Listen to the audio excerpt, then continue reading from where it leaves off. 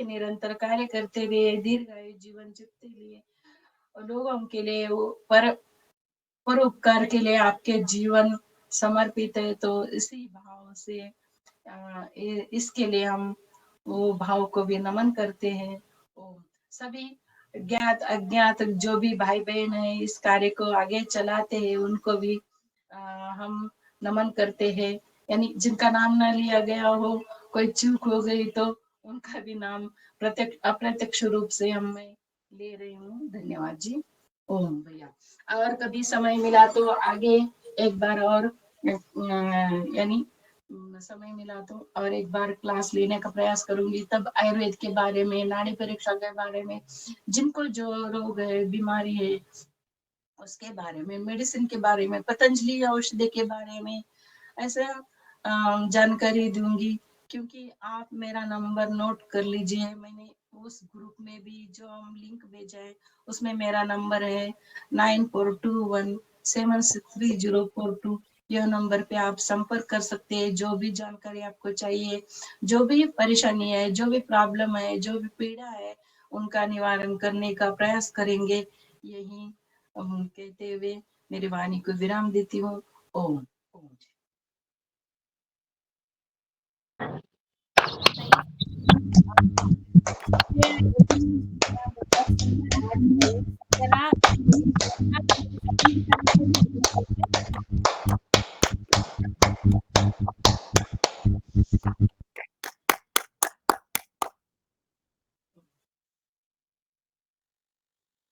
बहुत सुंदर आदरणीय शारदा ताई।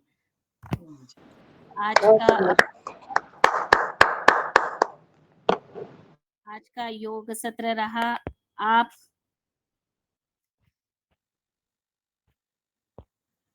जी सुनाई नहीं दे रहा है जी, आवाज नहीं आ रही है?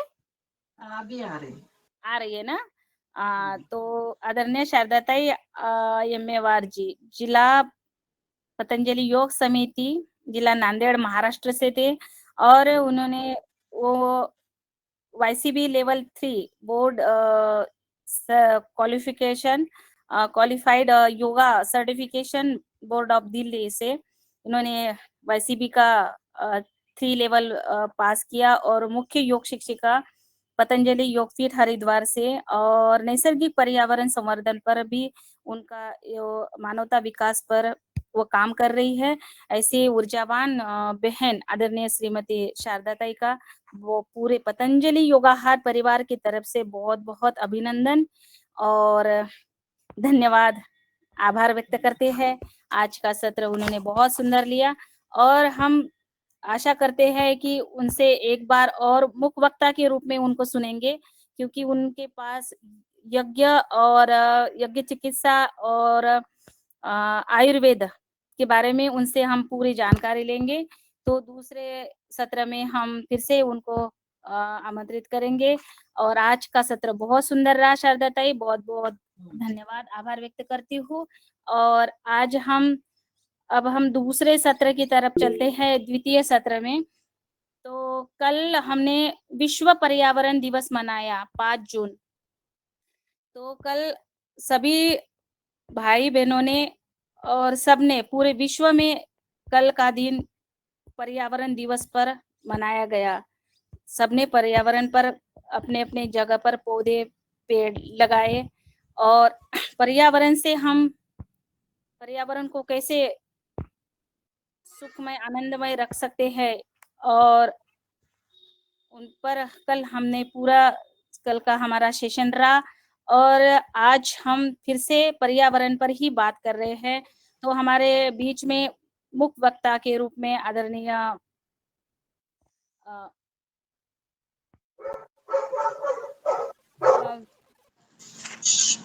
विष्णु जी आए हैं। तो मैं आदरणीय जो भाई साहब को बुलाने के लिए मैं बहन प्रभा थपलियाल जी, बहुत ही ऊर्जावान बहन है, देहरादून उत्तराखंड से। तो मैं सादर निवेदन करती हूँ बहन प्रभा थपलियाल से कि आज के हमारे मुख्य वक्ता जी को सादर आमंत्रित करें सम्मान के साथ।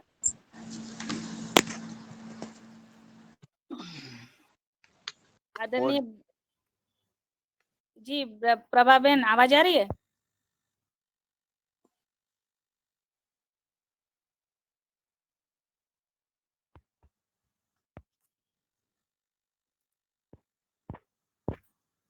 चलिए, प्रभा दीदी तक मेरी आवाज नहीं जा रही है और मैं ही आमंत्रित कर देती हूँ।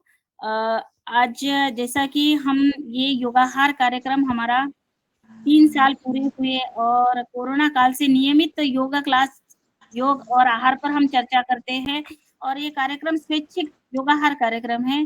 कोई इसमें शुल्क नहीं है, निःशुल्क योगाहार कार्यक्रम है और हम योग का सत्र हमारा सुबह 7 बजे तक होता है और दूसरे सत्र में हम प्राकृतिक जैविक खेती को समर्पित रहता है हमारा दूसरा सत्र। और हम इसमें आज हमारे मुख्य वक्ता के रूप में आदरणीय श्री शुभा बिश्नोई जी मसूरी जिला देहरादून उत्तराखंड से है, तो मैं उनको योगाहार मंच पर सादर आमंत्रित करती हूँ अपना बहुमूल्य मार्गदर्शन देने के लिए आमंत्रित करती हूँ। आप सभी को प्रणाम, जय हिंद, भारत माता की जय। बहुत बहुत धन्यवाद बहन जी, आपने आज मुझे और सबने, प्रभा जी ने, सबने मेरे को एक मौका दिया अपने विचार प्रस्तुत करने के लिए पर्यावरण के विषय में। तो उसका बहुत बहुत धन्यवाद, बहुत बहुत आभार आपका। तो ज़्यादा समय ना लेते हुए मैं अपनी बात शुरू करना चाहूँगा। जैसे हाल ही में ज़्यादा फेमस हुआ ये बात, और पता हम सबको बहुत पहले से भी होगा, लेकिन ये फेमस जो बात हुई है वसुदेव कुटुंबकम, ये हाल ही में बहुत ज़्यादा फेमस हुई है। हमारे प्रधानमंत्री श्री नरेंद्र मोदी के द्वारा पूरे दुनिया के सामने हमने G20 में इसको अपना मूल रूप रखते हुए अपने देश को प्रकट किया। उस तरीके से हमने भारत की सोच को उस 2 शब्द से हमने पूरा दिखाया है कि हम किस मार्ग पर चलना चाहते हैं, कैसे हम पूरे विश्व को, हर एक व्यक्ति को अपने परिवार का हिस्सा मानते हैं। पर मेरा मानना यह है कि हमारी संस्कृति का भी मानना यह है कि वसुदेव कुटुंबकम सिर्फ वैश्विक समाज के लोगों के लिए नहीं, वैश्विक समाज के सिर्फ जानवरों के लिए नहीं, बल्कि पूरे पर्यावरण दृष्टि के हिसाब से देखा जाए तो वसुदेव कुटुंबकम हम उस दृष्टि से देखते हैं कि चाहे वो एक पौधा हो, चाहे वो हवा हो, पानी हो, मिट्टी हो, कुछ भी हो, सब एक परिवार है, क्योंकि हम किसी ना किसी तरीके से उस चीज पे निर्भर हैं। इस वजह से आज हम जिंदा हैं। तो वसुदेव कुटुंबकम को हम आज उस तरीके से देखते हुए आगे बढ़े हैं और अपने जितने भी लोग हैं, जितने भी हमारे आसपास रहते हैं, चाहे हमारे छोटे भाई बहन हो, बड़े हो, आसपास के हमारे मित्र हो, उन्हें इस तरीके से समझाएं कि वसुदेव कुटुंबकम सिर्फ भारत का उस दृष्टिकोण नहीं है कि हमें सिर्फ समाज के सामने, बाकी पूरे विश्व के सामने इस तरीके से रहना है कि हम वसुधैव कुटुंबकम करते हैं, बल्कि उन्हें यह भी समझाना है कि पर्यावरण को भी अपना एक परिवार का हिस्सा मानते हुए हमें आगे की तरफ चलना है। अब मैं कोशिश करूंगा कि पर्यावरण के हर एक छोटे से छोटे पहलू को छूं और अपनी बात आगे रखूं। तो मैं शुरू करना चाहूंगा वृक्षारोपण। वृक्ष, पेड़ हमारे जितने हैं, जिसके कारण आज हम जिंदा हैं। और हमने सुना बहुत है कि हमें पेड़ नहीं काटने चाहिए, पेड़ बहुत ही महत्वपूर्ण होते हैं, बहुत ऐसी अनेक चीजें सुनी है। परंतु एक चीज हमने जरूर सुनी होगी, बचपन से मैंने बहुत सुनी है। लोग कहते हैं अगर एक पेड़ काटा जाए तो उसकी जगह 10 लगाने चाहिए, और कई जगह कहा जाता है कि अगर एक पेड़ काट रहे हो आप तो उसकी जगह 100 पेड़ लगाने चाहिए। ये बात सुनने में अच्छी लगती है, परंतु मैं इस बात से पूर्ण रूप से सहमत नहीं हूं, बल्कि मैं इस बात को उल्टा विरोध करता हूं। और मैं आप सभी को बताना चाहूंगा इसके पीछे मैंने क्या सोच रखी, बाकियों ने जिसने मेरे को समझाया हो, कहीं से मैंने सीखा, मुझे नहीं पता ये।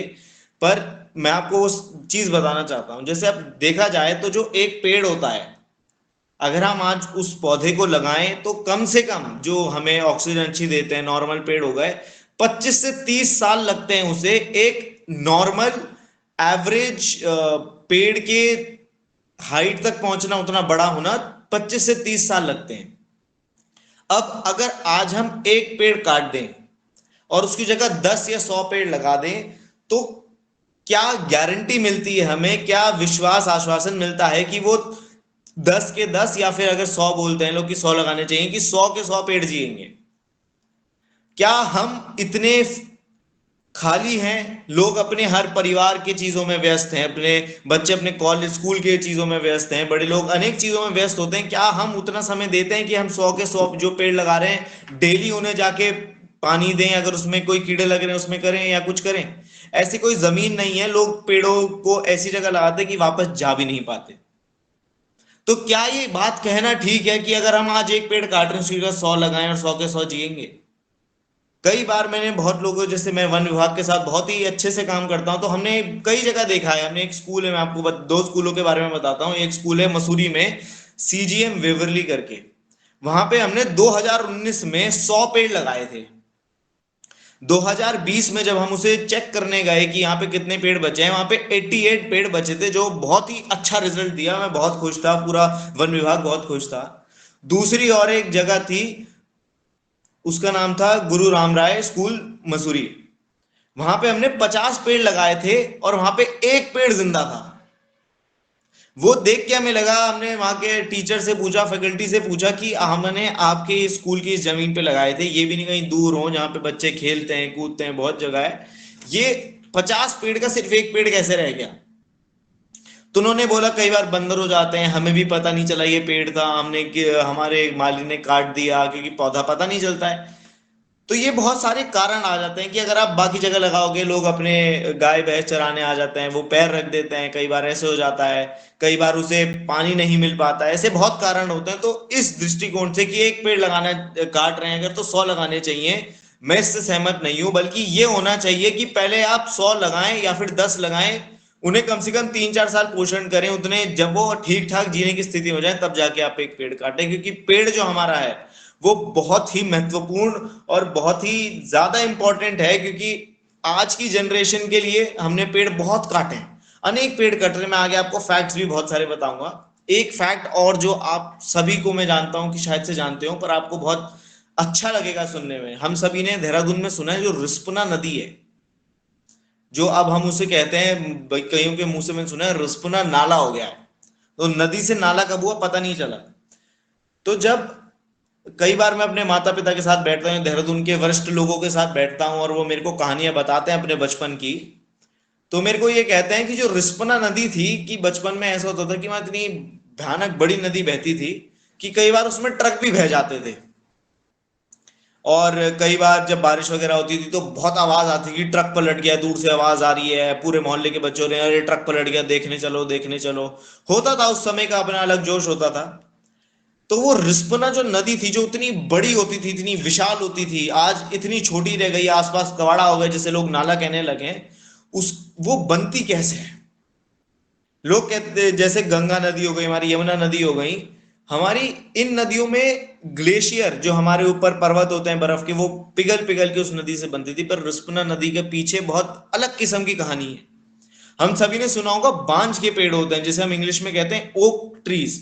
उनका बहुत बड़ा महत्व ये होता है कि जहां भी वो रहते हैं वहां की वाटर टेबल बहुत अच्छी रहती है, कि मतलब वहां का जो ग्राउंड होता है, जमीन के नीचे पानी होता है, वो अच्छा रहता है, नमी रहती है। वहां पे हैंडपंप लगाने के लिए सोचा जा सकता है, वो पानी को कंट्रोल करते हैं। तो उसी पानी से रिस्पना, इतने बांज के पेड़ होंगे, आप ये सोचिए उस समय इतने बांज के पेड़ होंगे कि उनकी जड़ों से जो एक एक बूंद बूंद बूंद से वो नदी बनती है। इतने लाखों करोड़ों पेड़ होंगे कि वो इतनी विशाल रिस्पना नदी होती थी। और ये सोचिए कि कितने पेड़ काटे गए कि हमारी रिस्पना नदी आज वो छोटी सी नदी रह गई है जिसे लोग नाला नाला कह के चिल्लाते हैं।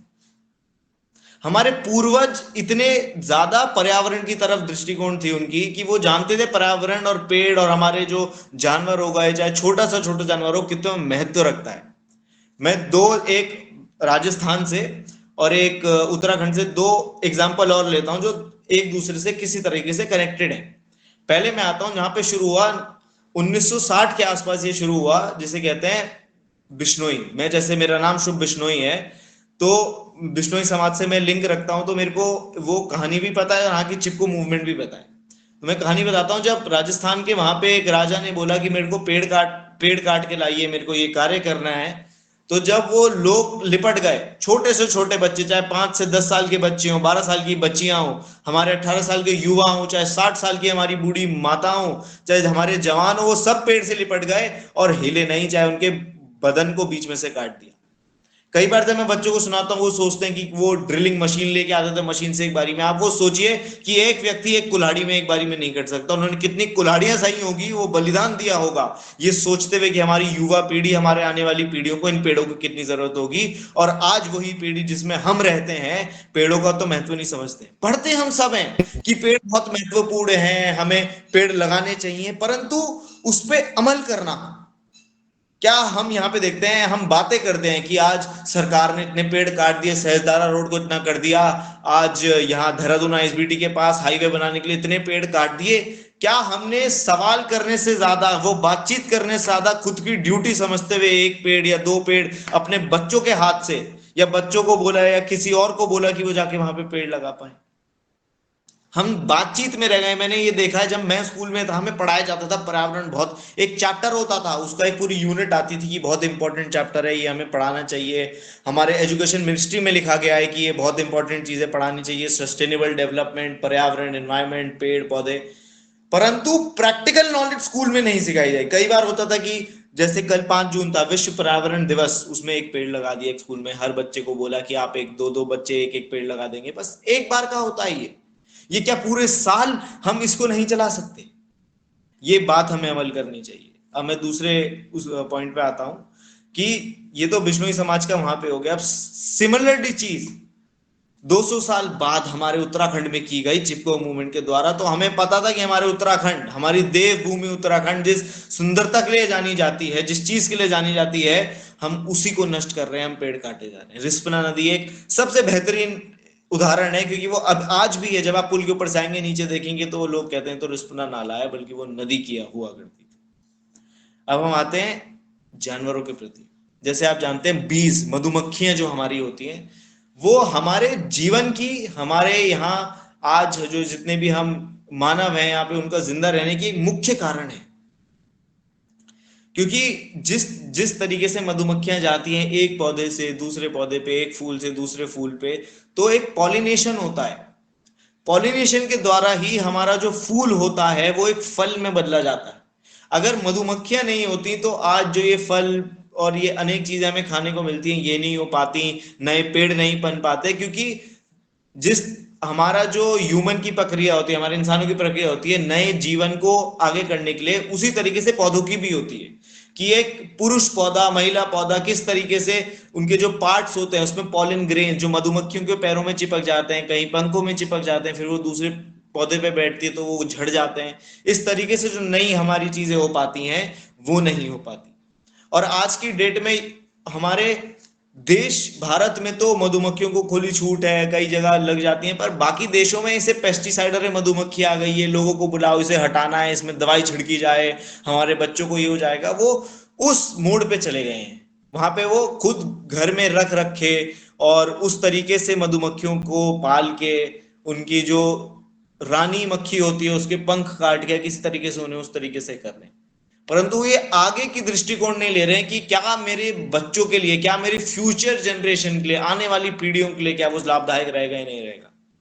हम बहुत ज्यादा खुश हैं कि हम इस भारत जैसी धरती पर हुए हैं, परंतु बाकी देशों में देखा जाए तो भारत के मुताबिक वो बहुत ही, इस मामले में बोलूंगा, पिछड़ा हुआ चल रहे हैं। क्योंकि उनको ये समझ नहीं आ रहा है, वो पर्यावरण पे बहुत हमें ज्ञान देते हैं, पर्यावरण पे बताते हैं कि इंडिया में, भारत में इतनी गाड़ियां चलती हैं, कोल पे ये हो रहा है, ये है वो है, परंतु वो खुद के देश में ये छोटी छोटी चीजें, कहते हैं बूंद बूंद से सागर पड़ता है, पर ये छोटी छोटी चीजें नजरअंदाज कर रहे हैं जो आगे लॉन्ग टर्म में पूरी दुनिया को और उनके खुद के देश को दिखाई देगी।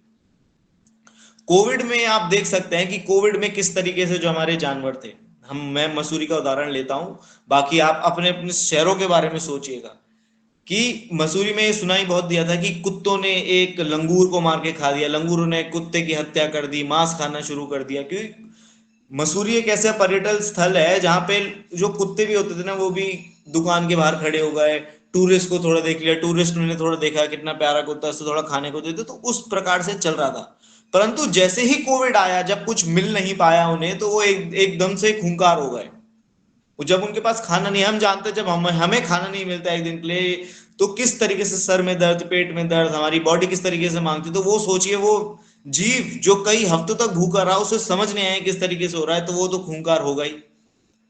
तो हर प्राणी, हर चीज को, उसे भी हमें अपना परिवार मानना चाहिए। जैसे मैंने अपनी वक्त शुरू में बोला कि वसुदेव कुटुंबकम, ये परिवार से हमारे विश्व के परिवार के लिए नहीं, बल्कि पर्यावरण के हर एक एस्पेक्ट पे, हर एक छोटी से छोटी चीज के लिए। अब हम पेड़ काट देते हैं, हमारे जो जानवर हैं वो बाहर आ जाते हैं, उनको कहीं जगह नहीं मिल रही है। मसूरी में इतनी चीजें हो रही हैं कि बाघ आने लगा है, पहले बाघ नहीं आते थे, नैनीताल में खुले घूम रहे हैं। क्यों है ये तो नहीं है कि जानवरों को अच्छा लग रहा है बाहर आना, ये इसलिए क्योंकि हम वृक्षारोपण की जगह वृक्षों को काटे जा रहे हैं। हम ये मानते हैं कि ये सब हमारी धरती है, हम इसमें किसी भी तरीके से कर सकते हैं, परंतु उनका भी एक अधिकार है, उनको भी तो एक घर देना चाहिए। मान लीजिए कि हम पाकिस्तान और भारत की बात करते हैं, अगर आज पाकिस्तान हमारी कश्मीर पे या अन्य किसी दिल्ली तक आ जाए, हमारे घरों में रहने लगे और हमें बाहर सड़कों पे निकाल दे, हमें किस तरीके से लगेगा? हम उस दृष्टिकोण से जब सोचते हैं कि पाकिस्तान ने कैसा कर दिया कि हम पाकिस्तान को नहीं छोड़ेंगे, हमारे ये कर देंगे वो कर देंगे, तो वो सोचिए जो वो जानवर है, चाहे वो शेर ही हो, चाहे वो दूसरे को खाता हो, चाहे वो हिरण हो, गाय हो, हमारी नील गाय हो, जब वो बाहर आती है तो क्या उसे नहीं लगता होगा मेरे घर को कर दिया, मैं कहाँ गई, ये गाड़ी क्या चीज होती है क्या? उनके लिए किस प्रकार से होता हो? तो ये एक, अगर हम सोचें, उस चीज पे अमल करें लोगों को कि फालतू के पेड़ ना काटें। आजकल तो आर्किटेक्चर आता है, जैसे आजकल हमें घर बनाने होते थे पहले जमाने में, तो पूरा पेड़ काटना पड़ता था, वो जमीन सीधी। पर अब ग्रीन आर्किटेक्चर, ऐसी टेक्नोलॉजी आ गई है कि पेड़ भी वहीं रहेगा, आपका घर भी वहीं रहेगा, घर के बीच में से ग्लास की विंडो रहेगी जिसमें से पेड़ का ट्रंक जा रही है, उसमें पत्तियां निकल रही हैं। वो सोचिए कि आप पर्यावरण के साथ अपना घर बसा रहे हैं, वो कितना सुंदर रहेगा। पर्यावरण को भी बचाया, अपने घर भी बनाया, और एक अच्छा एग्जाम्पल बाकी सोसाइटी के लिए, बाकी लोगों के लिए, कि ऐसे भी पर्यावरण को बचाया जा सकता है। आप वो सोचिए। अब हम आते हैं वाटर पोल्यूशन पे। वाटर पोल्यूशन पे, अब वाटर पोल्यूशन, हमारा जो पानी है, कि पहले होता था कि कई लोग कहते थे कि गंगा जल में तो पैर भी नहीं डालने चाहिए। मैंने आज भी देखा कि गंगा जी में नहीं, पहले तुम बाकी पानी से पैर वहां पे धुल के आओ, अच्छे से स्नान करो, फिर गंगा जी में आना, फिर नहाने आना। और आज लोग ऐसे ही चल देते हैं, उसमें हम अपना चिप्स का पैकेट भी उसमें डाल रहे हैं। लोग आते हैं, वो सीवर की पाइप, इंडस्ट्रियों ने अपना जितना भी पदार्थ है वो सारा उसमें डालना शुरू कर दिया है। क्या हम अपने बच्चों को, फ्यूचर जनरेशन को ये कह सकते हैं कि आज आप आइए और डायरेक्टली बिना आरओ का पानी पिए, उस पानी को पिए और बीमार ना पड़िए? वहां पे सोचिए, ये तो वो है कि जब पीने के बाद एक मनुष्य बीमार पड़ रहा है, जो उसमें जी रहे हैं, जिनका कोई कसूर नहीं है, जो छोटी मछलियां हो गई, छोटे छोटे हमारे अलग अलग जानवर जो हमारे उस पानी में रहते हैं, उनका क्या कसूर है? वो तो एक चीज से हो गया कि जैसे हमें आज हमारी जो एयर पोल्यूशन से हो गया, हमें दिल्ली जैसी जगहों पे सांस लेनी पड़ रही, वैसे उनके लिए हमने कर दिया। ना उनकी कोई गलती थी ना कुछ था, लेकिन परंतु हमने उनकी परिस्थिति ऐसे बना दी कि आज हमने पानी इतना गंदा कर दिया। एक बहुत इंटरेस्टिंग फैक्ट आपको ऐसा पता चलेगा कि जैसे आपने सुना होगा, हमारे जो सागर होते हैं, महासागर, उसमें से ऐसे 5 जगहों पे बड़े बड़े गार्बेज के टन्स के गार्बेज पैच हो गए हैं, उसे कहा जाता है गार्बेज पैच। जो सबसे बड़ा गार्बेज पैच है वो है पैसिफिक ओशन में। अब पैसिफिक ओशन जो हमारे ये जापान और हमारे इंडिया, यूएस, चाइना के बीच में आता है, उस जगह को कहते हैं वहां पे, तो वहां पे कई बिलियन टन, 1.3 बिलियन टन 2020 में था, तो मेरा मानना है कि वो 2 बिलियन टन आज तक हो गया होगा। हम जो नदियों में अनेक देश डाल रहे हैं, भारत डाल रहा है, बाकी देश डाल रहे हैं, लोग डाल रहे हैं, वो जाके किसी तरीके से लहरों की मदद से वो वहां तक पहुंच जाता है। तो इतना बिलियन टन, 1 बिलियन का मतलब होता है करोड़, तो मतलब 2 करोड़ टन हमारा प्लास्टिक, अनेक गंदगी वगैरह वहां तक पहुंच जाती है। इतने बड़े बड़े 5 हमारे महासागरों में। हमें क्या लगता है कि हमने पानी में डाल दिया, वो एक तरीके से डस्टबिन में चला गया कि हमने तो खत्म हो गया, अब देखो यहाँ गंदगी नहीं है, साफ हो गया। परंतु वो देखिए, वो आप ही के घर में, आप वहां तक देख नहीं पा रहे हो, वो उन जानवरों को कर रहा है, बड़ी बड़ी मछलियां। एक आपको दुख होगा इस बात को सुनते हुए, एक फैक्ट है कि टर्टल सुने होंगे, एक तो होता है जो टॉर्टोइज होता है, एक होता है टर्टल। टर्टल होता है वो पानी में ज्यादा रहते हैं, उनके जो हाथ होते हैं वो फ्लैट से होते हैं। टर्टल जो होता है हमारा टॉर्टोइज, उनके नॉर्मल से पैर होते हैं, जमीन पे चलते हैं। तो हर साल 30,000 से अधिक टर्टल मरते हैं सिर्फ इंडिया में। सिर्फ इंडिया के शोर में। कैसे? आपने वो फ्रूटी में जो पाइप आते हैं पीने के लिए, या फिर एप्पी में पाइप आते हैं पीने के लिए, रियल जूस वगैरह में जो प्लास्टिक के पाइप होते थे, वो हम पानी वगैरह में चल जाते थे, जाके सागर में मिल जाते थे। वो टर्टल को लगता था खाना है वगैरह ऐसे कुछ है, तो वो उसे खा लेता था, उसके गले में फंस जाता था, वो घुटन से मर जाता था।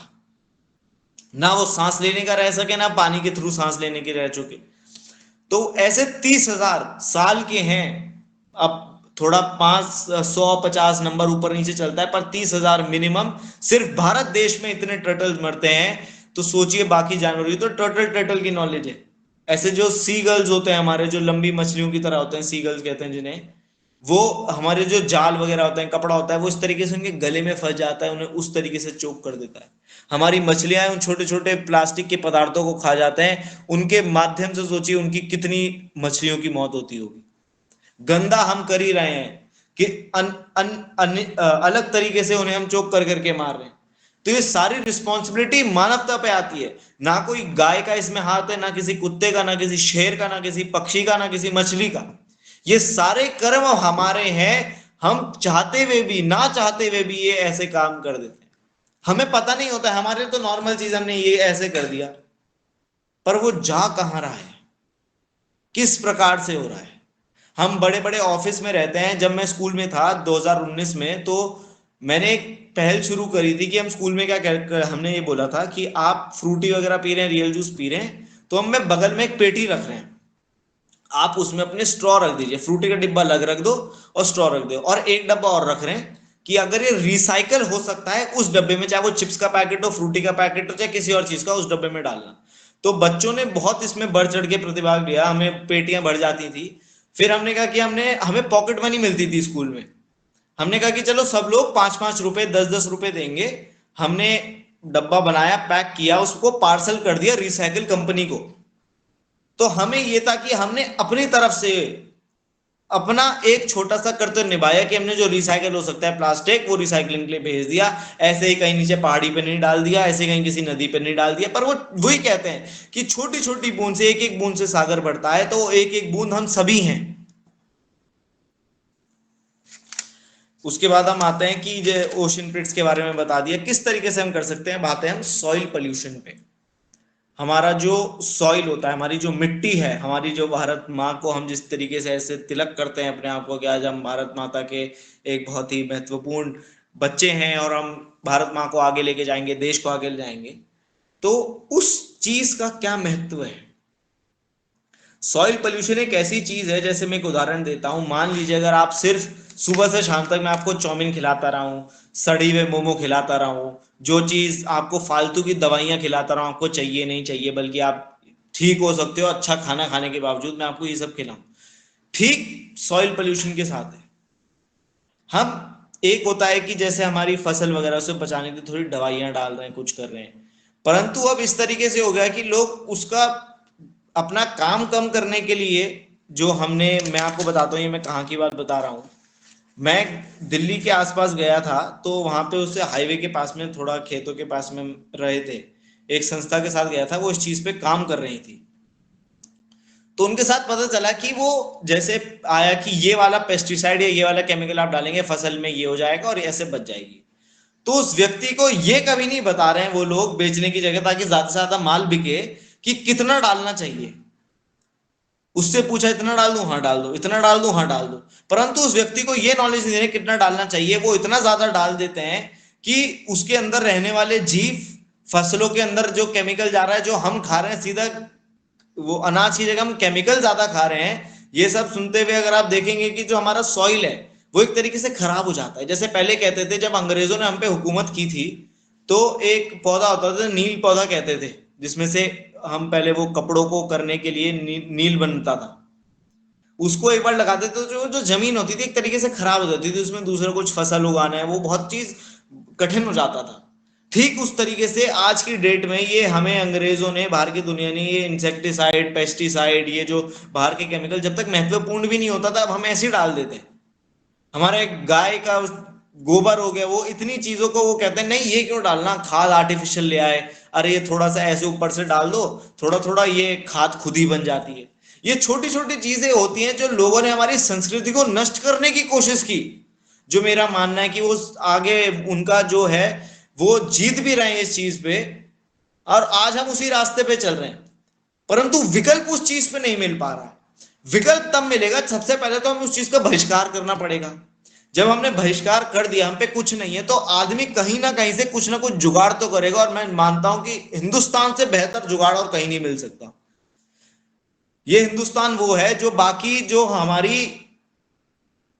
जो देश होते हैं, जब वो चांद पर अपना रॉकेट भेजते हैं, वो करोड़ रुपए लगा देते हैं, और हमारे देश ने उसको 1/3 प्राइस में कर दिया। तो इतना अगर जुगाड़ हमारे उस कॉस्ट कटिंग पे हो सकती है कि चांद पे भी चले जाएं, तो इन चीजों में तो आराम से हो सकता है। वो व्यक्ति, मैं मानता हूं, वापस आ जाएगा, अच्छी चीजों पे आ जाएगा, जैसे गाय का शौच, अपनी छोटी छोटी चीजों पे इन चीजों को यूज करके, तो हमारे जो सॉइल में दिक्कत आ रही है वो नहीं आ पाएगी।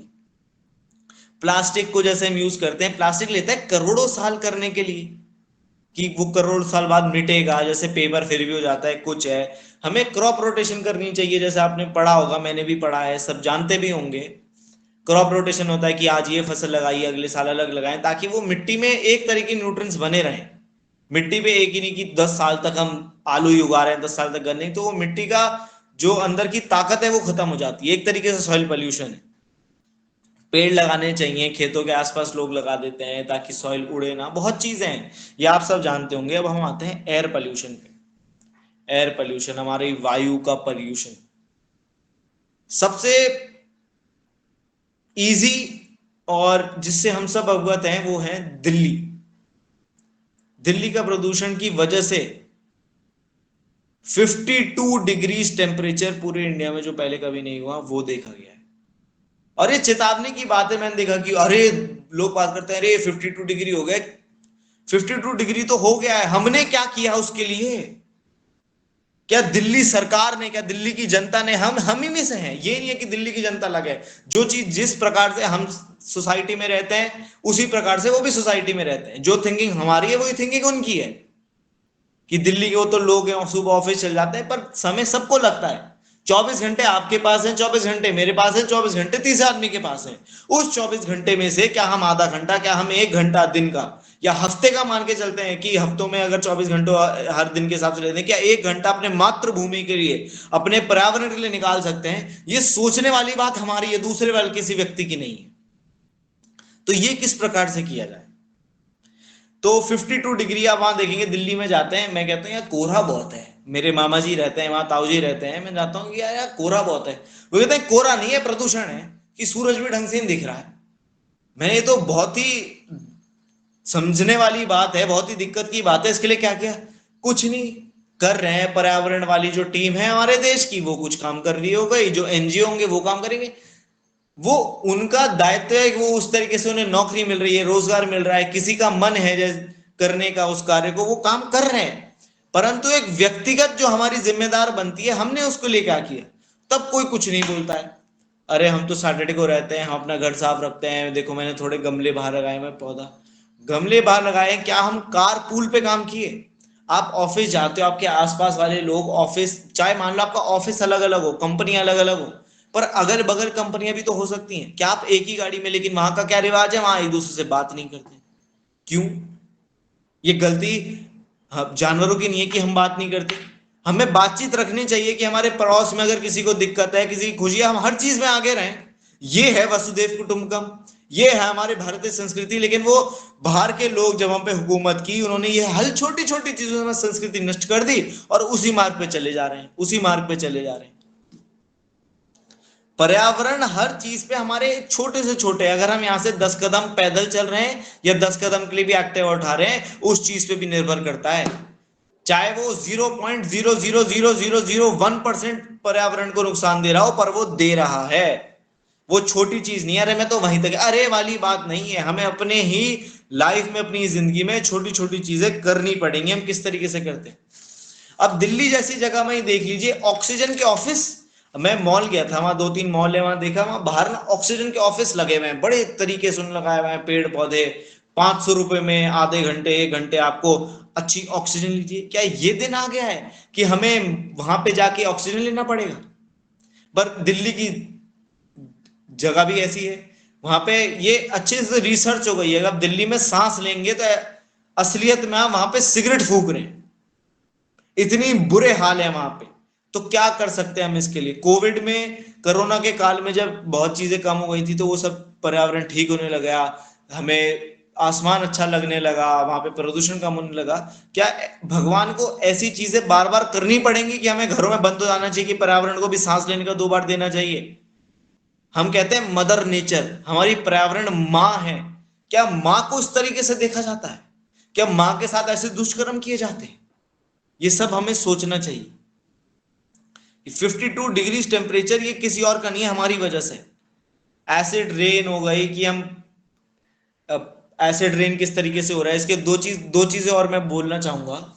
जैसे हम जो मोबाइल यूज करते हैं, 4G नेट, 5G नेट, अब आएगा 6G, 7G, 8G, जापान चल रहा है 8G, यूएस चल रहा है 6G, कि जो जी वगैरह होता है, इसका जो हम ट्रांसमिशन करते हैं टावर से, ये जरूरत से ज्यादा कर देती है कंपनी, ताकि उनको तो मुनाफा कमाना है, ना वो जानवरों के बारे में सोचते हैं। आप ये देखिए कि आज से 10 से 15 साल पहले और आज जो हमें चिड़िया दिखाई देती थी, छोटे छोटे स्पैरो दिखाई देते थे, अनेक चिड़िया दिखाई देती थी, वो कम हो गई हैं। क्यों? क्योंकि कंपनियों को मुनाफा कमाना है और हम लोगों को अच्छा नेट चाहिए कि एक क्लिक में ये वीडियो तो चल जाए, ये मेरी तो अपलोड हो जाए, ये बस मेरे को दिख जाए। हमने लेकिन उस पहलू में क्यों नहीं सोचा कि मेरे देखने के चक्कर में एक जानवर, वो बच्चा घोंसले में बैठा हुआ है, वो कह रहा है आज मेरी माँ तो गई थी पर वापस नहीं आ पाई, मेरे लिए खाने लेने गई थी वापस नहीं। वो हम यही क्यों देखते हैं कि हम इंसानों की माँ और हमें ही दर्द होता है, चाहे वो चींटी हो, चाहे वो एक छोटी से पक्षी हो, हिरण हो, कोई भी हो, वो दुख हर किसी क्या होता है। माँ हर किसी की होती है। हम अपनी ममता के लिए कि हमारी माँ को ये हो गया, हम अंदर से टूट जाते हैं, बहुत चीज होती है, परंतु उन जानवरों के अंदर भी तो एक छोटा सा हृदय होता है। उनके अंदर भी वही आत्मा है जो पहले कभी उन्होंने भी ह्यूमन और हमारे इंसान का अवतार लिया हुआ है, आगे लेंगे। वही आत्मा उनकी भी है, वही आत्मा हमारी भी है। हृदय उनके पास भी, हमारे पास भी है। दर्द उन्हें भी होता है, हमें भी होता है। वो भी महसूस कर सकते हैं, हम भी महसूस कर सकते हैं। क्या हमने उस दृष्टिकोण से सोचा? एसिड रेन होती है ताजमहल के आसपास, उन्होंने कह रखा है कि जो ये हमारा ताजमहल है, यहाँ पे इलेक्ट्रिक व्हीकल ही चलेंगे, वरना यहाँ पे क्या होता है, ऊपर बादल जब बारिश होती है तो उसमें एसिड आ जाता है। ये सिर्फ ताजमहल की नहीं, हमारे देहरादून वगैरह हर जगह की देखी जाए। अब हम मसूरी से देहरादून देखते हैं, देहरादून से मसूरी देखते हैं, तो अब उसमें भी थोड़ा देखने में हिचकिचाहट होती है कि यह ढंग से नहीं दिख रहा है। और इसका श्रेय किसको जाता है? हमको, क्यों? प्रदूषण ज्यादा हो रहा है। देहरादून में सड़कें कम, गाड़ियां ज्यादा हो गई, एक जगह से दूसरी जगह जाने में ही हालत खराब हो जाती है। तो ये चीज हमें सोचनी चाहिए कि जो वो एसिड रेन होती है, चाहे हमें दिखाई दे ना दे, हम भी जिस बारिश में जा रहे हैं वो पूर्ण रूप से अच्छी नहीं है। उसमें कहीं ना कहीं से एसिड आ रहा है, लोगों को स्किन डिजीज हो रहे हैं, खुजली होनी शुरू हो रही है, स्किन फटने लगी, ये हमारे ही कारण हो रहा है। एक क्लाइमेट चेंज ट्रीटी आपको इंटरेस्टिंग लगेगी, 2016 में पूरे विश्व ने मिलकर एक पेरिस अग्रीमेंट किया था कि हम इन्वायरमेंट और इन चीजों को किस तरीके से देख सकते हैं।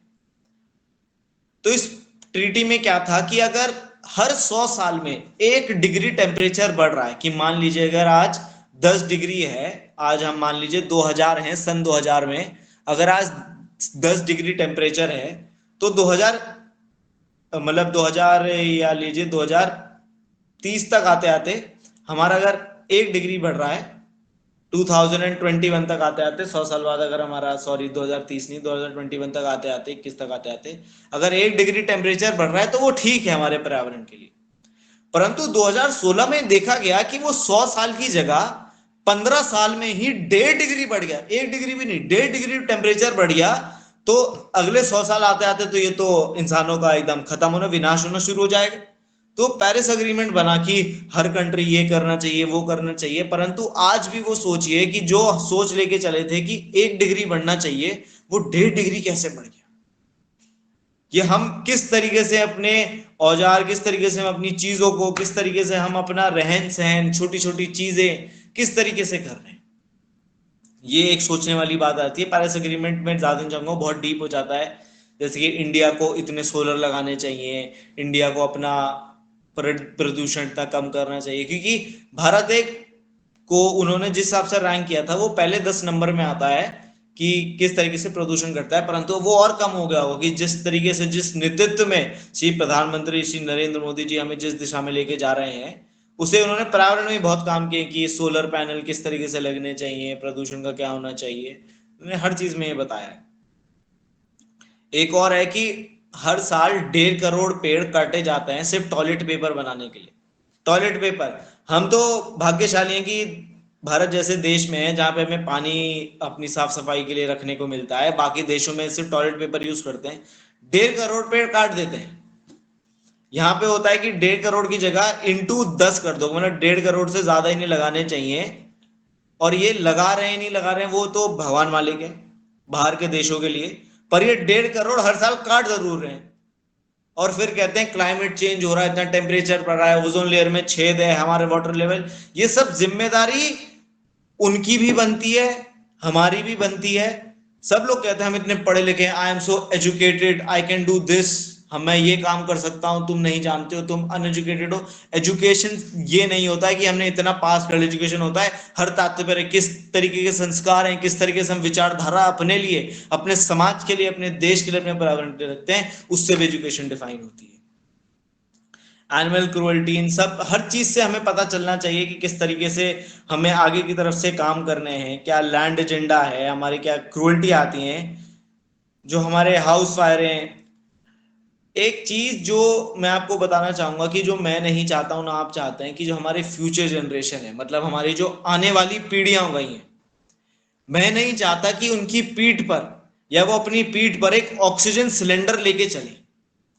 आजकल तो हम देखते हैं बच्चे स्कूल के बस्ते स्कूल लेके जा रहे हैं, जब खेलने जाते हैं तो एकदम मस्त होके ग्राउंड में फुटबॉल, क्रिकेट, पिट्ठू, गिल्ली डंडा सब कुछ खेलते हैं। पर आगे वाली जनरेशन में ये सवाल हमें अपने से पूछना चाहिए कि हम अपने आने वाली पीढ़ियों के लिए हम क्या चाहते हैं, कि वो हमारे छोटे छोटे जो हमारे आने वाली पीढ़ियां हैं वो अपने नाजुक कंधों पर उतने भारी भारी ऑक्सीजन सिलेंडर लेके चलें। क्योंकि जो आज हम करेंगे उस चीज पे निर्भर करता है कि कल क्या होगा, उनके लिए कल हम कैसा छोड़ के जा रहे हैं। ऐसा ना हो कि आगे वाली पीढ़ियां हमें कोसें कि उस समय के होने वाले लोगों के पास एक समय था कि पर्यावरण को फिर से संतुलित कर सकें, परंतु उन्होंने किया नहीं, उन्होंने नजरअंदाज किया। उन्होंने सिर्फ पढ़ा, सिर्फ उस चीज पे बातें की, उस चीज पे डिबेट की, उस चीज के बारे में सुना, पढ़ा, लिखा, परंतु उस चीज पे अमल नहीं किया, उस चीज पे एक्शन नहीं लिया। क्या हम ये चीज चाहते हैं हमारी आने वाली पीढ़ी हम चीज पे कोसे?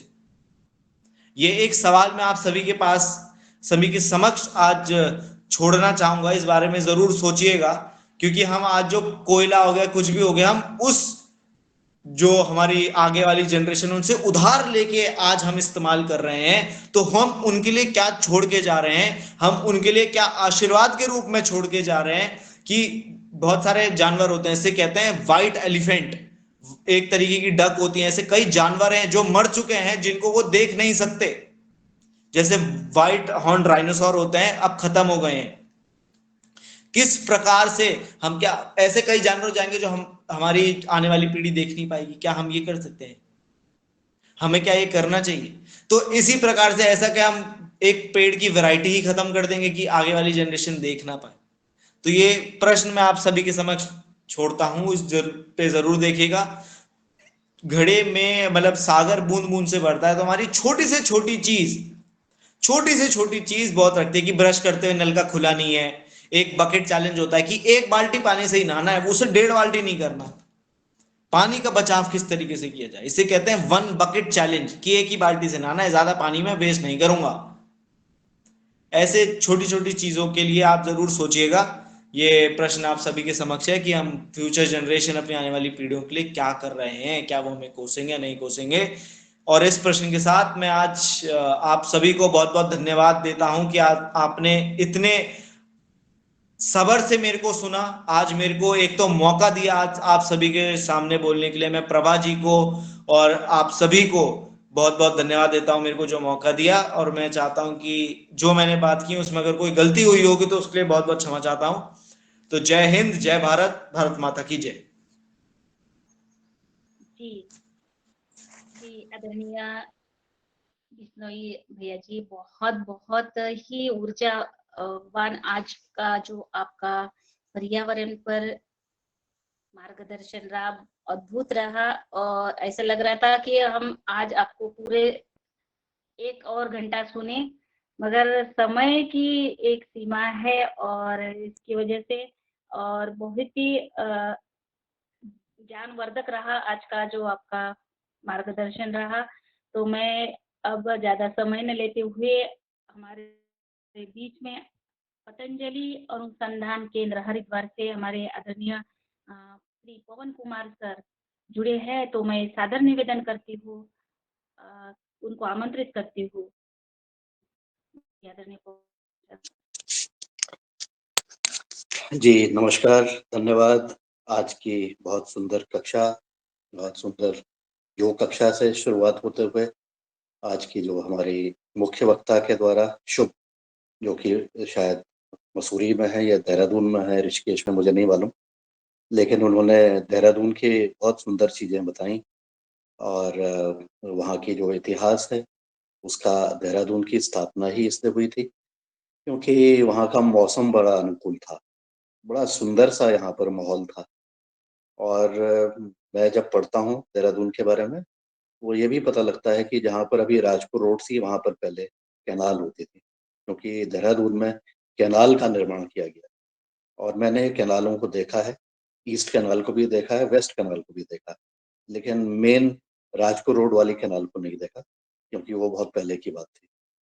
तो ऐसी सुंदर जगह पर, और यहाँ पर देहरादून की जो बासमती थी, देहरादूनी बासमती के नाम से बड़ी प्रसिद्ध होती थी। तो यहाँ पर एक ऐसा माहौल, अंग्रेजों ने इस जगह की विशिष्टता को देखते हुए बहुत सुंदर स्थान के रूप में इसको डेवलप किया। मसूरी को भी ऐसे ही डेवलप किया, देहरादून को भी ऐसे डेवलप किया। देहरादून की बासमती प्रसिद्ध हुई और ये देहरादून की जो बासमती का बीज है, उसके बारे में कहानी ये है कि वो अफगानिस्तान से आई थी। वहाँ के राजा अभी भी राजा का जो महल है, अभी भी छोटा सा महल, उनके रहने का जो स्थान है, वो अभी भी देहरादून पर है। तो मुझे इसलिए मालूम है क्योंकि मैं खुद देहरादून में रहता हूँ। अभी वर्तमान में तो हरिद्वार में हूँ, लेकिन यहाँ की बड़ी सुंदर सी चीजें और बहुत सुंदर यहाँ के पेड़, यहाँ की पानी, यहाँ की स्वच्छता अब ये भी विकास के दौड़ में क्या है, समर्पित हो गई, जिसको कहते हैं, ये विनाश हो गया उसका। जो कि पहले सुंदरता थी, नैसर्गिक जो सुंदरता थी।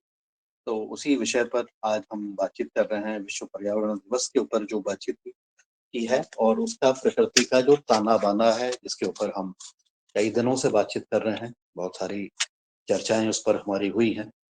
तो उसके लिए आज एक बहुत सुंदर सा अनुभव एक शेयर किया गया है। उसके लिए आज के मुख्य वक्ता का बहुत अभिनंदन है। और इसी प्रकार से हम अगर प्रकृति को अगर समझते हैं, प्रकृति के साथ मिलकर के काम करते हैं, बहुत सारे हमारे किसान जो आज जुड़े भी हैं, वो सब प्रकृति के साथ मिलकर के करने का अपने अपने स्तर से प्रयास कर रहे हैं। और जहाँ पर ये प्रयास सफल हो रहे हैं, उसका अनुभव हमें सुनने को मिल रहा है कि हमने प्रकृति को बचाने के लिए, अपनी पेड़ों को लगाने के लिए और मेड़ में पेड़ लगाने की, और जो अपनी जो डाइवर्सिटी है, जो अपनी वनस्पतियों की जो विभिन्नता है, अपने खेतों में लगाने का प्रयास किया है।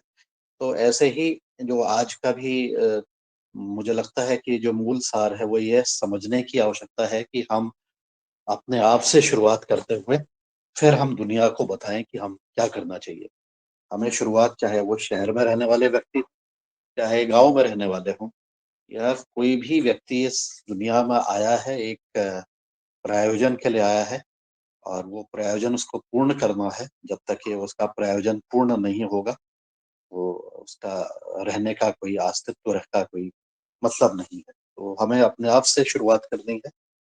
और हमने शहर में रहते हुए पानी के संसाधन और बाकी जो अपने संसाधन है, अपना जो कूड़ा निकालने की, कूड़ा बनाने की जो हमारी प्रकृति है, कूड़ा इकट्ठा करने की और उसको फिर वैसे ही फेंक देने की जो प्रवृत्तियां हैं, उसके ऊपर काम करने की जरूरत है। और मुझे लगता है कि इसमें बहुत आवश्यकता है कि हम अपने जो कंजम्पशन है, जिसको हम बहुत ज्यादा उपयोग करते हैं, उसको हम कम करें, चाहे वो पानी का उपयोग हो। और हम जब गिफ्ट रैपिंग करते हैं, आजकल देखते हैं इतना सारा उसमें प्लास्टिक का उपयोग हो जाता है, उसके बाद फिर उसको सोचा जाता है कि ये तो म्युनिसिपैलिटी की जो है गाड़ी आएगी, उसको हमने दे दिया उसको। अगर हम पिज्जा भी खाते हैं तो उसका डब्बा देखें कि कितना बड़ा डब्बा, फिर उसको भी ऐसे ही फेंक दिया जाता है।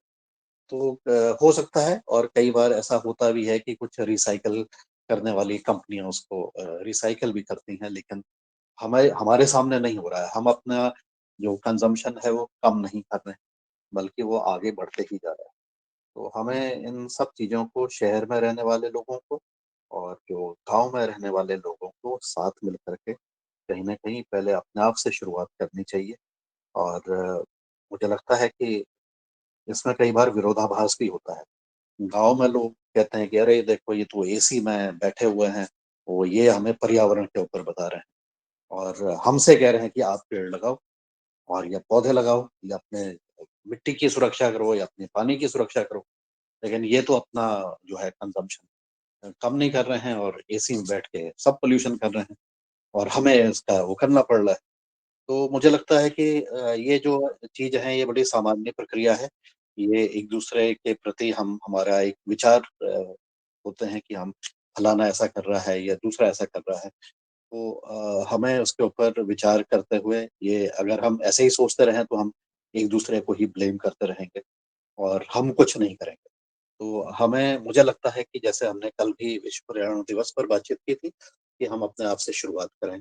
अभी एक बहुत सुंदर कैंपेन जिसके बारे में कल भी हमने चर्चा की थी, और यह था कि हम अपना प्रेस का इस्तेमाल नहीं करें। महीने में 1 हफ्ते में 1 दिन कपड़े को रिंकल्स के साथ पहने, मतलब उसमें बिना प्रेस किए हुए कपड़े पहने, तो कितनी हम ऊर्जा की बचत करेंगे। ज़्यादातर प्रेस वाला जो काम है, प्रेस किए हुए कपड़े शहरी क्षेत्रों में इतना ज़्यादा उपयोग देखने को मिलता है और उसको देखा जाता है। तो ऐसा भी कैंपेन अभी हमारे जो solar man Solanki, doctor Solanki आया था, अभी वो देहरादून में भी उनका रहा था विज़िट। तो उन्होंने भी इस तरह से काम कर रहे हैं, और वो ऐसे बहुत सारे लोग, बहुत सारे साथी हमारे, जो हमारे कार्यक्रम में भी आए हैं और अपने स्तर से बहुत अच्छा काम कर रहे हैं। उन सबसे हमें प्रेरणा लेने की ज़रूरत है। विशेषकर हमारे कार्यक्रम में जो पद्मश्री आए हैं, जो अभी तक के 20 पद्मश्री इस कार्यक्रम में अभी तक के आ गए हैं। उसमें से अभी जो चर्चा अभी हो रही थी, चर्चा अभी कुछ दिनों से हो रही थी, हमारे राजस्थान के पिपलांडी गाँव के जो सरपंच हैं, जो हर एक के जन्मदिन पर, महिला के बच्ची के जन्मदिन पर 111 पौधे लगाते हैं। तो ऐसा भी वो काम कर रहे हैं और अपने गाँव को उन्होंने बहुत सुंदर आदर्श गाँव बना दिया। इसी प्रकार से और भी हमारे साथी इतने सारे तरीके से जो अलग-अलग, भिन्न-भिन्न विषयों पर काम कर रहे हैं। अगर हम उसका अनुसरण मात्र ही करना शुरू कर दें, मुझे लगता है कि हमारे पास तो एक बहुत सुंदर एक कार्य करने के लिए कुछ और ढूँढने की भी ज़रूरत नहीं है कि हमें करना क्या है। और उसी को प्रेरणा से लेते हुए हम अपने स्तर से काम करें, और निश्चित रूप से इसका एक फ़ायदा मिलेगा। अब मैं इस समय को देखते हुए, आज का समय भी हमारा काफ़ी हो गया है, तो मैं आज की वार्ता में अपनी वाणी को विराम देता हूँ, और बहुत सारी चीज़ों के ऊपर जो निरंतर हमारी चर्चा होती है और जो एक्शन भी होता है उसके फलस्वरूप, उस पर हम निरंतर विचार करते रहें, और कुछ समय बाद हम अपने अनुसरण भी करेंगे कि हमने किया। तो इस माह के में किसी एक दिन हमारा एक रिव्यू होगा कि हम में से सब लोग बताएँगे कि हमने इस माह अपने पर्यावरण सुरक्षा के लिए क्या-क्या कदम अपने स्तर से उठाए। तो ऐसे पर हमारी चर्चा जारी रहेगी। मैं फिर से सबका अभिनंदन करते हुए अपनी वाणी को विराम देता हूँ और सबको धन्यवाद देता हूँ। जी, धन्यवाद। नमस्कार। जी, जी आदरणीय, धन्यवाद सर, बहुत सुंदर। और जैसे कि हमारे बीच में आदरणीय दिनेश सेमवाल जी भाई साहब जुड़े हैं, वो भी देहरादून से ही है। मैं उनको सादर निवेदन करती हूँ कि आज के जो हमारे मुख्य वक्ता जी शुभ बिश्नोई जी है, उनके साथ संवाद या वार्ता करने का कष्ट करें जी। जी, जी आदरणीय दीदी जी, धन्यवाद। निश्चित ही जो वार्ता चल रही है बहुत ही सुंदर है, और आज के हमारे मुख्य वक्ता आदरणीय शुभ बिश्नोई जी ने जो बात कही है वो बहुत ही मार्मिक है। और बिश्नोई समाज का तो एक जो परिपाटी रही है, और उन्होंने सीख दी है कि किस तरह से हम वृक्षों को बचाएं। शायद इससे बड़ा उदाहरण कोई दूसरा नहीं हो सकता है। उसके बाद हमने चिपको आंदोलन उत्तराखंड को देखा है और जैसे आपने कहा है कि जो ऋषिपर्णा जो नदी है, ऋषिपर्णा जो बाद में रिस्पना हो गई और अब रिस्पना नाला हो गया और मेरे ख्याल से कुछ दिन बाद वो नाला भी नहीं रहेगा, क्योंकि जिस तरह से होटल्स और मकान वगैरह उसमें बन रहे हैं। लेकिन ये एक उदाहरण है और ये उदाहरण भारत व्यापी हो रहा है, सभी जगह अगर देखने को हमें मिल रहा है। जो लोग जैसे आदरणीय पवन सर ने कहा कि स्वजागृत हैं और अपने आप इस चेतना को ले रहे हैं, वो लोग अच्छा कार्य कर रहे हैं, बहुत अच्छा कार्य कर रहे हैं, सीख भी दे रहे हैं और लेकिन जहाँ ये चेतना भंग हो रही है, वहाँ ये कार्य हो रहे हैं। हमें लग रहा है कि हम विकास के पंखों से उड़ रहे हैं, लेकिन वहीं धरातल में धँस रहे हैं। कई तरह की ऐसी रिपोर्ट्स हैं और ज़्यादा तो नहीं, लेकिन जब मैं गाँव में अलग-अलग गाँव में जाता हूँ, तो शहरों से अधिक प्लास्टिक को वहाँ पे पाता हूँ। गाँव की दुकानों में हम देखेंगे हर चीज़ जो नमकीन, कुरकुरे, चिप्स से लेकर के इतने दुकानें चमकती रहती हैं और जो गाँव हमारी स्वच्छता के, आदर्शता के प्रतीक थे, वो तब्दील हो रहे हैं धीरे-धीरे प्रदूषण में और मुझे कम समय रहते हुए और अन्य बात तो नहीं कहनी है, लेकिन एक बात मैं और भी कहना चाहता हूँ।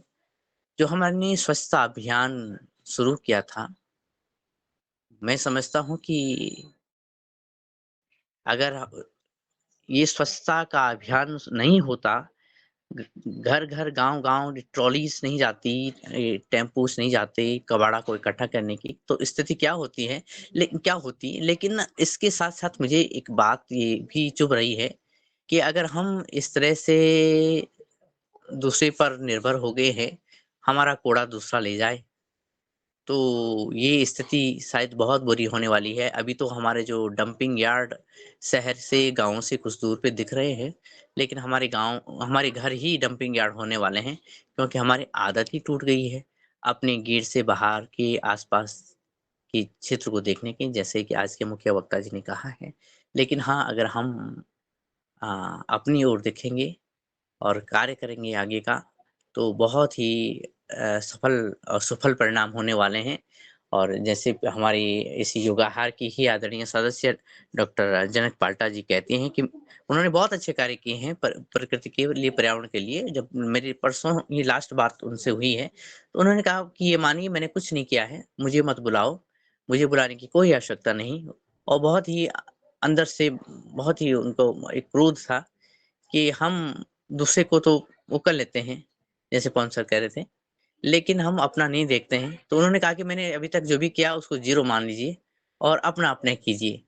तो उनका इस तरह से संदेश उन्होंने मीडिया को भी दिया है। तो ये लगता है कि अगर हम स्वतः जागृत होकर के आगे बढ़ेंगे, तो निश्चित ही हमारा पर्यावरण, हमारी धरती रहने लायक होगी। वरना आज के मुख्य वक्ता के रूप में आपने जैसे कहा है कि हम सिगरेट जैसा धुआँ लेंगे, तो ये तो ज़्यादा दिन नहीं चलेगा। हाँ जी, धन्यवाद, प्रणाम।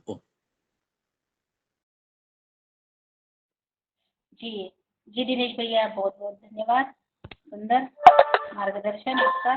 और मैं आगे आदरणीय महाराष्ट्र से वरिष्ठ वैज्ञानिक आदरणीय डॉक्टर किशोर दुबे सर जुड़े हैं।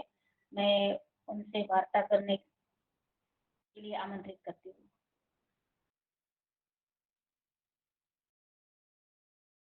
दुबे सर, मेरी आवाज आ रही है? चलिए, आदरणीय डॉक्टर रोशन लाल भैया।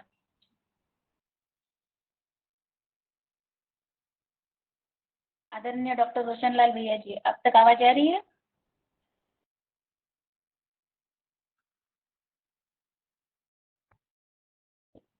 आदरणीय बहन कल्पना कोटले जी, बहुत ही ऊर्जावान बहन, बालाघाट मध्य प्रदेश से। ओम सदन को नमन, गुरुसत्ता को नमन। जब पर्यावरण की बात चल रही है, शुभ भ्राता जी ने जो बताया है, एंग है और वो जो कार्य कर रहे हैं अपने क्षेत्र में। और पेड़ पौधे की उन्होंने बताया कि मतलब बहुत ज़्यादा मत लगाओ, लेकिन उनकी सुरक्षा, जैसे बताया कि 100 पौधे लगाए थे, उसमें से मतलब एक पौधा बचा था, और कितना दुख हुआ होगा। मैं इसको भ्रूण हत्या मानती हूँ।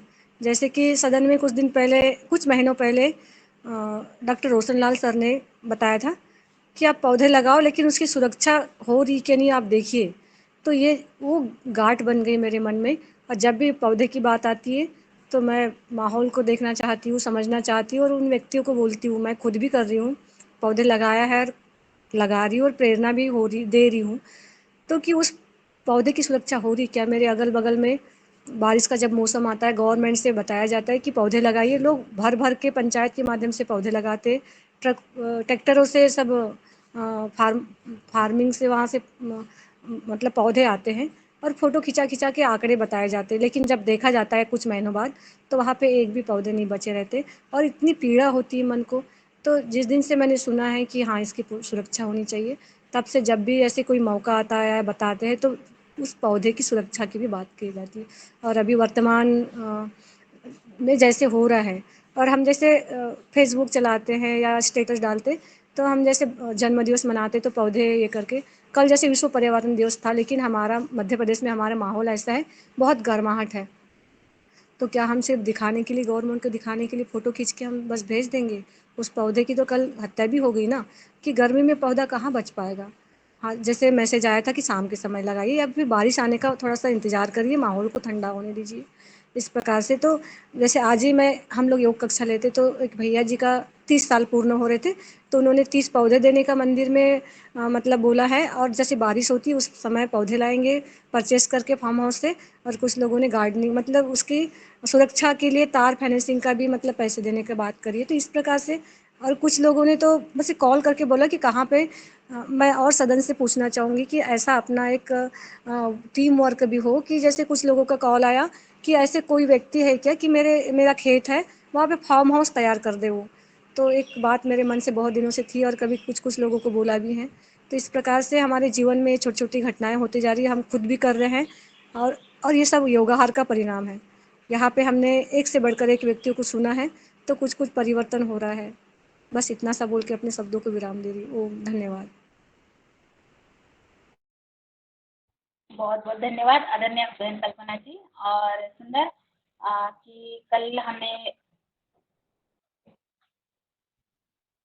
जो कल का जो हमारा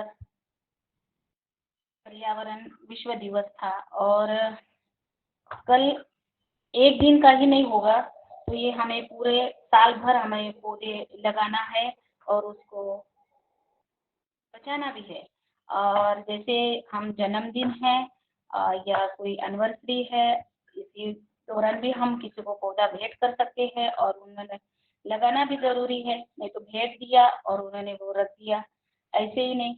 तो हमें ध्यान देना है, पेड़ पौधे लगाना है। आज बहुत ही जो हमारे आदरणीय भाई शुभ वैष्णवी जी ने बहुत ही अद्भुत उनका जो आज का पर्यावरण पर मार्गदर्शन रहा, और हम सब प्रयास करेंगे, परिवर्तन एक्शन में आएंगे। और ऐसी सोच रखते हुए मैं आदरणीय हमारे पतंजलि किसान सेवा समिति मध्य प्रदेश के आदरणीय श्री मुन्नीलाल भैया जी से निवेदन करती हूँ, आप आए और आज के हमारे मुख्य वक्ता से संवाद करें और आभार भी व्यक्त करें जी।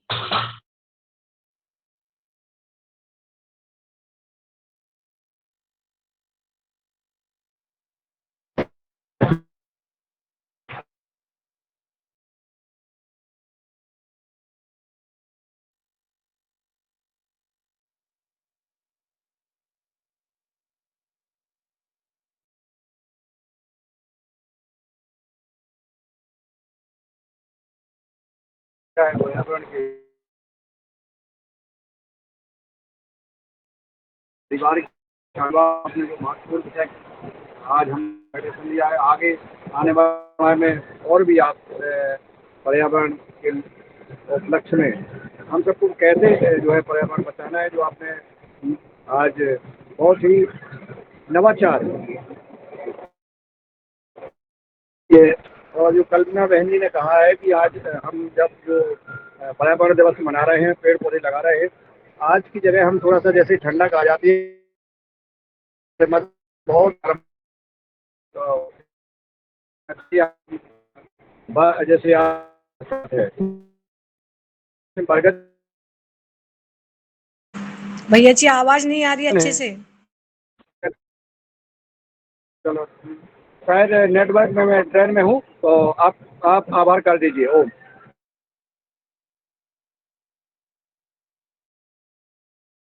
रंजना दीदी मुझे एक और बात बतानी है। हाँ जी कल्पना बहन। क्षमा चाहूँगी शुभ भैया जी। ये हमारा योगाहार प्रोग्राम का अभी कार्यक्रम था हरिद्वार में, तो आचार्य श्री और स्वामी जी के समक्ष हम सभी योगाहारियों को वहाँ पे मौका मिला, उनका आशीर्वाद मिला। तो हमारे बालाघाट जिले में एक चंदना ग्राम है, तो उस चंदना ग्राम के समृद्ध ग्राम के लिए अग्रसर हैं। तो आचार्य श्री जी ने उस ग्राम की महिमा को सुनकर उन्होंने सॉइल टेस्टिंग की मशीन भेंट करने की बात करी थी।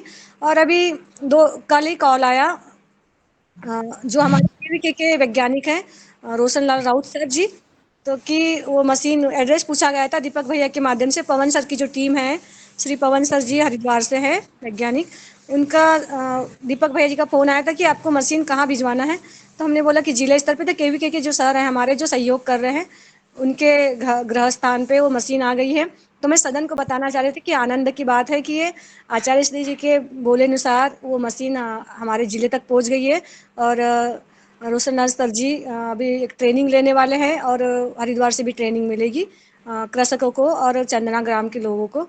तो ये हमारे लिए आनंद की बात है। ये शुभ समाचार सभी सदन को बताना चाह रहे थे। जी धन्यवाद ओम। और आप बहुत अच्छा काम कर रहे हैं और आप चिपको मूवमेंट से जुड़े हुए हैं, तो आप करीब से पौधे की, हम तो पढ़ते थे लेकिन आप तो वहाँ से महसूस करे हो, वह उस क्षेत्र के हैं आप। तो चिपको मूवमेंट का हमने लिखते भी थे अपने निबंध में कि पर्यावरण की जब आती थी तो कि किस प्रकार से मतलब उन्होंने पौधों को चिपक के बचाए थे, पेड़ों को चिपक के बचाए थे। तो आप तो गहराई से जानते। आपको नमन, धन्यवाद ओम।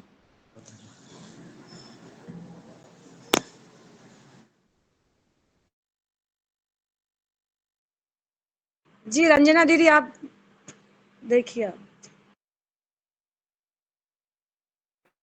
जी और भी कर, जी जी आदरणीय कल्पना बहन जी धन्यवाद। और आज का हमारा समय भी हो रहा है और मैं आदरणीय दिनेश सेमवाल भाई साहब से निवेदन करती हूँ कि आज के जो हमारा योगाहार कार्यक्रम रहा और हमारे सदन में सभी भाई बहन सुबह 5:30 बजे से जुड़े हैं और जो योग भी किया, और दूसरे सत्र में हमने आदरणीय भाई शुभ बिश्नोई जी से सुना पर्यावरण पर। तो मैं सबका आभार के लिए उनसे निवेदन करती हूँ आप आए और सभी का आभार करें। जी जी जी, एक बार फिर से आपका बहुत बहुत धन्यवाद आदरणीय दीदी जी।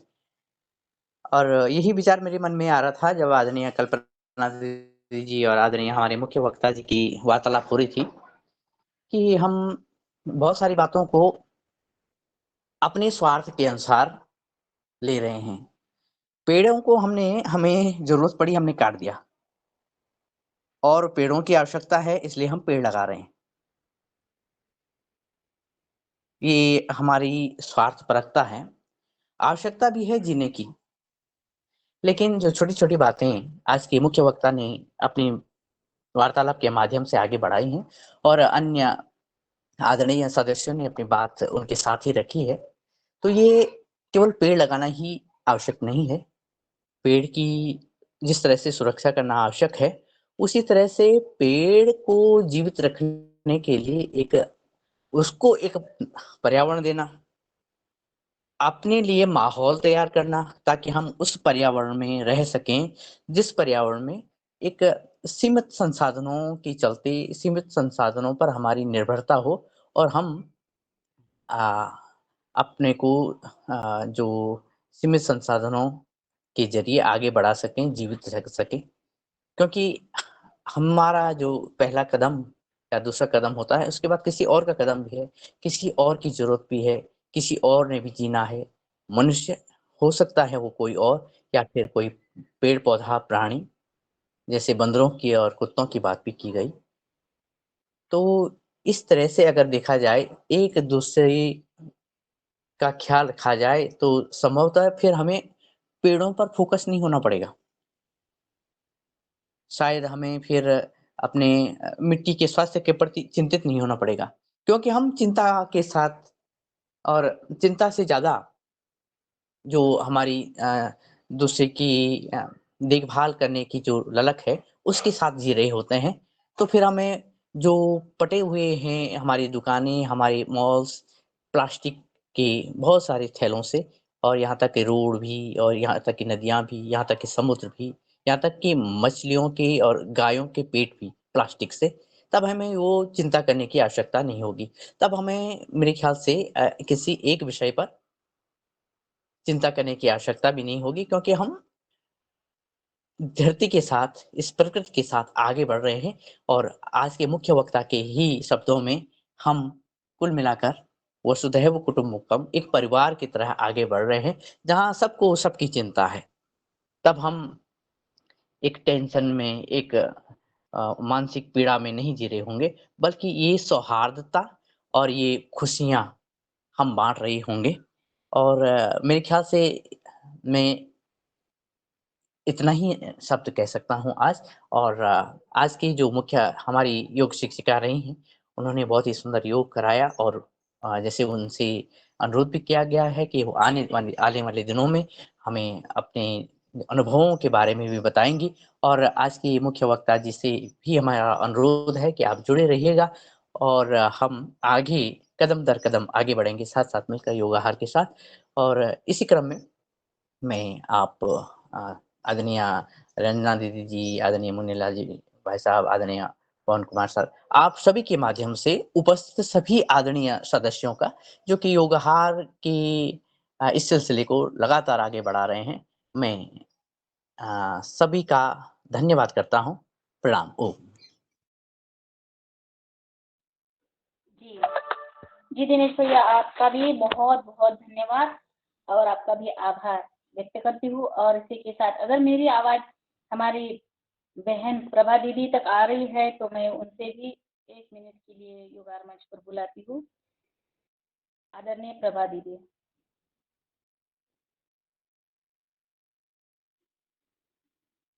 प्रभा दीदी भी बहुत ही सुंदर काम कर रही है देहरादून में, ऋषिकेश में। और शायद उन तक मेरी आवाज़ नहीं जा रही है। चलिए, कोई बात नहीं। और मैं सभी का धन्यवाद, आभार व्यक्त करती हूँ। और जैसे कि दिनेश भैया ने किया ही है, तो कल सुबह फिर से सुबह योगाहार, परिवार योगाहार कार्यक्रम में मिलते हैं, सुबह 5:30 बजे। तब तक सबको राम राम। एक पेड़ अवश्य लगाए, यही आज से संकल्प लेते हैं और फिर मिलते हैं। जी, धन्यवाद। बहुत बहुत धन्यवाद आदरणीय बिश्नोई भैया का। जी।